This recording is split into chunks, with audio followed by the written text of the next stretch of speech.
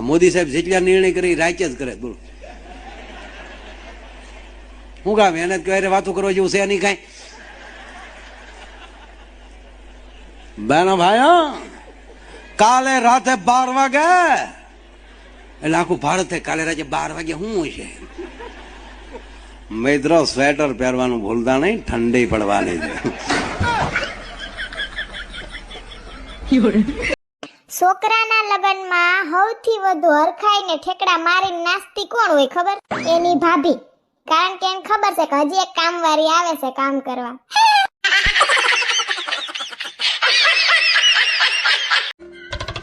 શું ખાવ છો તમે? શાક રોટલી. શાક રોટલી નું કેવું છે? શાક વગર રોટલી સારી ન લાગે અને રોટલી વગર શાક ન સારું લાગે. બે હાયરે હોય ને તો જ સારા લાગે. જેમ કે હું શાક અને તમે રોટલી. રોટલી ભેગું રોજ અલગ અલગ શાક હોય. ઓ નો, મજા જ આવે.